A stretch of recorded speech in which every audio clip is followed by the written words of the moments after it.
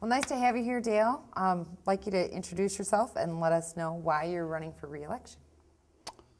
My name is Dale Mohr, Dale Mohr.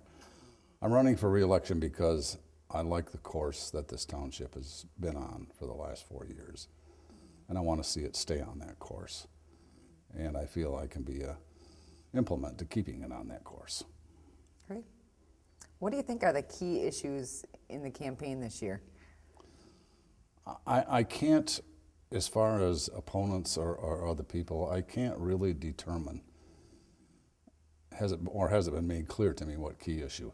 For me, the key issue ties into what I just said, that I feel that this township has been a sleeping giant and now it's beginning to awaken.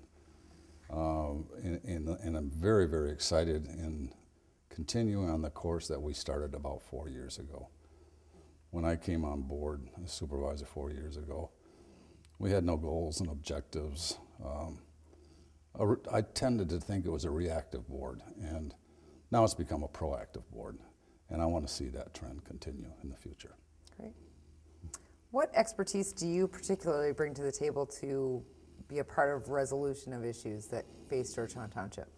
I would say the most expertise I can offer is years of experience. I've had the opportunity to serve on a school board for 20-some years, been on the County Board of Commissioners for 12 years. I even served on a draft board for 20 years. Also, this board now I've been on for 8 years. And I think there's a place for everyone. Certainly from those things I've gained experience, and I also expect I've gained some wisdom that hopefully I can implement into our future. Great.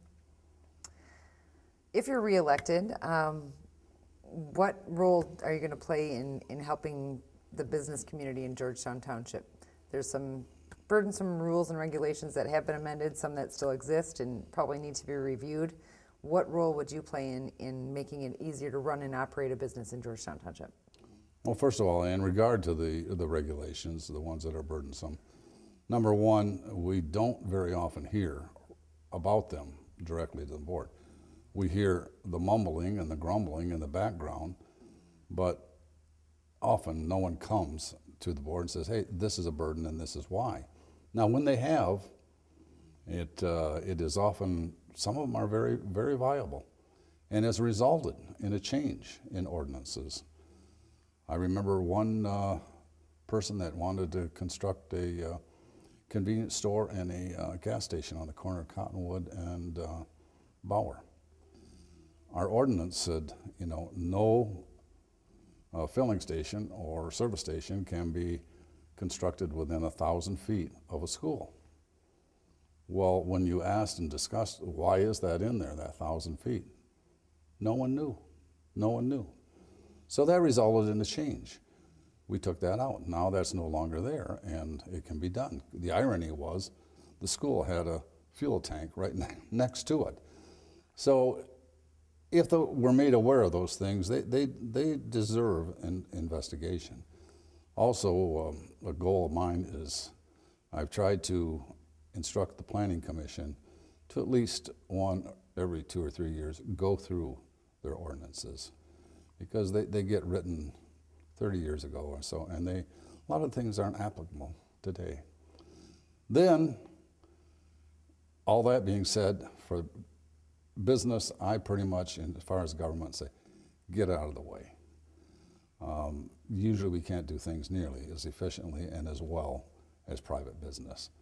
And my objective is just not to do unusual harm or hamper their progress. They do the jobs much better than we do. Great. Why should people re-elect you versus voting for your opponent? Again, I think it goes back to experience and the direction that I want this board to continue going in. That's the main issue. Yeah, that's it. Okay. Well, thank you very much for your time. You're welcome. I appreciate it and appreciate your answers. Well, what about the property tax? If you'd like to address that, you can. Well, I just saw it on the questions. That was First part person- of, yeah, if you want to address that, you can. Oh, I'm sorry. No, the personal property tax, the change in that will have very little effect on Jenison. We garner very, very few dollars in personal property tax. The thing that concerns us is there are larger cities like the city of Midland, where probably 50% of their revenue comes from personal property tax. So they'll gain a great benefit. Our concern is that revenue will have to be made up some way. And hopefully we will be found harmless, held harmless, because we don't collect it. And we're afraid that, you know, the state monies will go to bail out big cities like Midland, and we will be a part of that bailout, which we shouldn't. Right. That's it. Well, thanks for addressing that. Sorry to interrupt you. No that problem, way. no problem. Okay. Well, thanks again. You're welcome.